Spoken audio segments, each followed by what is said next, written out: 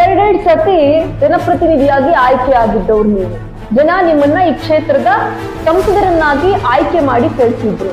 ನೀವೇನ್ ಮಾಡ್ಬೇಕು? ಜವಾಬ್ದಾರಿ ಇರೋರಾದ್ರೆ ಇಷ್ಟೆಲ್ಲ ಗಲಾಟೆ ಆಗ್ತಿದೆ, ಗಲಾಟೆ ಆಗ್ಬಾರ್ದಪ್ಪ, ಜನರ ಜೀವನಗಳಿಗೆ ಏನೂ ತೊಂದರೆ ಆಗಬಾರ್ದು ಅಂತ ಹೇಳಿ ಇದನ್ನ ತಣ್ಣಗಾಕೋದಕ್ಕೆ ಏನ್ ಪ್ರಯತ್ನಗಳನ್ನ ಮಾಡ್ಬೇಕಾಗಿತ್ತು ಅದನ್ನ ಮಾಡ್ಬೇಕಿತ್ತು. ಅದನ್ನ ಬಿಟ್ಟು ಉರಿಯೋ ಬೆಂಕಿಗೆ ತುಪ್ಪ ಸುರಿಯೋ ಹಾಗೆ ಅಲ್ಲಿ ಹಿಂದೂಗಳು, ಮುಸಲ್ಮಾನರು, ಟಿಪ್ಪು, ತಾಲಿಬಾನು ಇವೆಲ್ಲ ತರೋ ಅವಶ್ಯಕತೆ ಏನಿದೆ? ಏನ್ ಅವಶ್ಯಕತೆ ಇದೆ? ಟಿಪ್ಪು ಸುಲ್ತಾನ್ರ ಹೆಸರು ಹೇಳದೆ ಹೋದ್ರೆ ಹಿಂದನ್ನ ಅರಗಲ್ವಾ? ಹಾಗಾದ್ರೆ ಟಿಪ್ಪು ಸುಲ್ತಾನ್ ರವರನ್ನ ಇಡೀ ಪ್ರಪಂಚ, ಮೈಸೂರು ಅಂದ ಕೂಡಲೇ ನೆನಪಿಸ್ಕೊಳ್ಳುತ್ತೆ.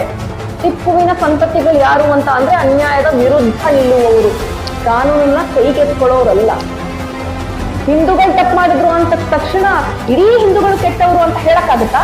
ಅವ್ನು ಯಾವನೋ ಮಾಡಿದನಲ್ಲ ಥರ್ಡ್ ಕ್ಲಾಸ್ ಇಡಿಯಟ್, ಆ ಫೋಟೋಗಳ ಮೇಲೆ ನಬಿಯವರ ಹೆಸರನ್ನ, ಅಲ್ಲಾ ಹೆಸರನ್ನ, ಪ್ರವಾದಿ ಹೆಸರನ್ನ ಬರದ್ನಲ್ಲ, ಅವನೊಬ್ಬ ಮಾಡ್ದ ಅಂತ ಹೇಳಿ ಇಡೀ ಹಿಂದೂಗಳು ಹಿಂಗೆ ಅಂತ ನಾವು ಹೇಳಕ್ಕಾಗತ್ತಾ? ಇಲ್ಲ ಅಲ್ವಾ? ಹಂಗೆ ಅಲ್ಲಾರೋ 4 ಜನ ಹುಡುಗರು ಮಾಡಿರೋ ತಪ್ಪಿಗೆ ಇಡೀ ಮುಸಲ್ಮಾನರನ್ನ ಗುರಿ ಮಾಡಿ ಮಾತಾಡೋದು, ಇಡೀ ಮುಸ್ಲಿಂ ಸಮುದಾಯವನ್ನ ಗುರಿ ಮಾಡಿ ಮಾತಾಡೋದು ಒಬ್ಬ ನಾಯಕನ ಅಥವಾ ಒಬ್ಬ ಜನಪ್ರತಿನಿಧಿಯ ಗುಣ ಅಲ್ಲ. ಯಾಕೆ ಟಿಕೆಟ್ ತಪ್ಪೋಗಿದ್ ನಿಮ್ಗೆ? ಇಂಥ ಬಾಯಿಗೆ ಬಂದಂಗ್ ಮಾತಾಡ್ತೀರಾ ಅಂತ ತಾನೇ ಟಿಕೆಟ್ ತಪ್ಪಿದ್ದು.